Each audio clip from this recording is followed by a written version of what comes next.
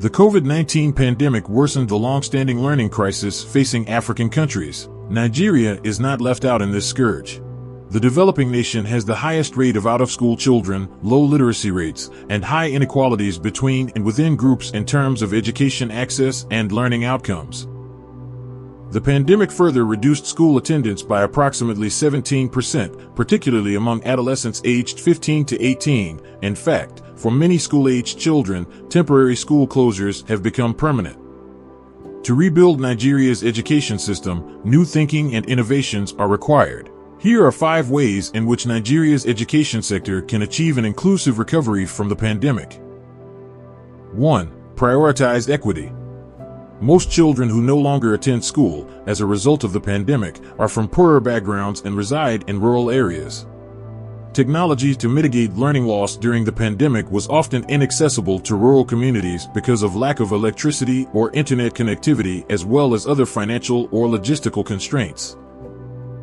Hence, it is critical to prioritize the needs of the most vulnerable children because they are likely to require the most investment to recover from learning losses. 2. Develop a data-driven education system. Data for performance monitoring and evidence-based research was critical to Nigeria's policy response during COVID-19. School closures, remote learning programs, and school reopening were all guided by evidence. Rapid learning assessment in the classrooms and at regional levels can help measure the extent and dimensions of COVID-induced learning loss. Tools such as learning trajectories and surveys of enacted curriculum that equip teachers to transform learning assessments into practical classroom activities will also be crucial. 3. Align the curriculum to foundational learning. The education system in Nigeria, like most developing countries, tends towards an age-grade system centered on class or curriculum completion rather than knowledge acquisition. This creates a misalignment between curriculum and actual competencies, leading to higher schooling but lower learning. Reforms such as teaching at the right level that have been widely implemented in countries such as India and Kenya have sought to address these issues with a new system and slower curriculum centered on learning. The Nigerian education system should focus more on foundational skills development, ensuring that children acquire the basic numeracy and literacy skills that are building blocks for a life of learning. 4. Increase support for the education workforce. The education workforce was affected by low morale and income shocks induced by COVID-19.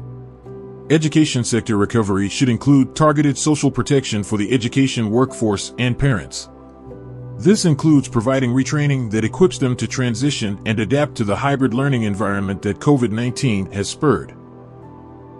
5. Build context-specific solutions. Nigeria's education system is variegated, and what works in one state or region may not work in others.